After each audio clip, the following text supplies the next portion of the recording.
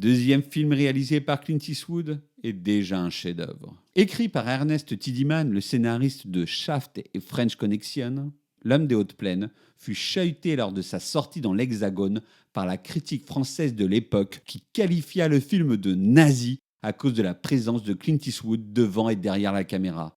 À cet égard, il faut se souvenir que de nombreux journalistes français ont, pendant longtemps, descendu les films de l'ami Clint à cause de l'imagerie prétendument fasciste développée dans l'Inspecteur Harry, avant de prendre conscience de la profondeur de son cinéma. Mieux vaut tard que jamais, me direz-vous.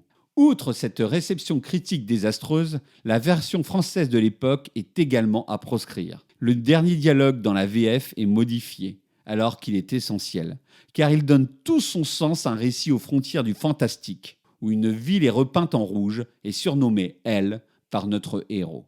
L'Homme des Hautes Plaines est un film violent, parfois craspec, qui met fin à l'imagerie positive de l'Ouest que Léon avait commencé à remettre en cause en Italie. Eastwood met ici en scène la lâcheté des habitants d'une petite ville bientôt assiégée par des malfrats.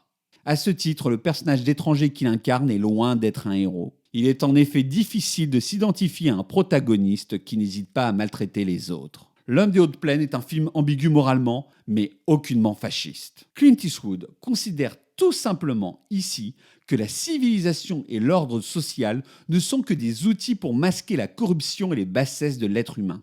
C'est un libertarien. Pour lui, le collectif ne sert à rien, car il est au service du plus fort de la meute. Parfaitement écrit et réalisé, L'Homme des Hautes Plaines est tout simplement l'un des meilleurs westerns vus au cinéma.